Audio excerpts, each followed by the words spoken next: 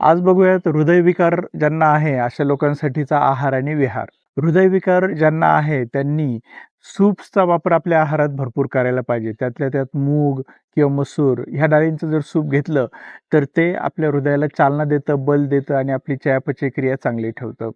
त्याच्याबरोबर संत्री, मोसंबी, लिंबू अशा फळांचा जर रस आपण घेतला, त्याचे ज्यूस बनवून, सरबत बनवून घेतले, तर ते याच्यामध्ये उपयोगी असतात.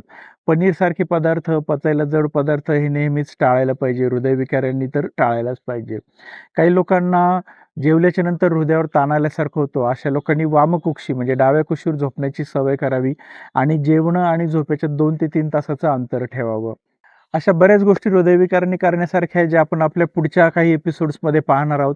स्टे फिट नॅचरली सीरीज आता संपत आलेली आहे. त्यामुळे पुढे कनेक्ट राहण्यासाठी आम्हाला फॉलो करत राहा. धन्यवाद. निरोगी भवा.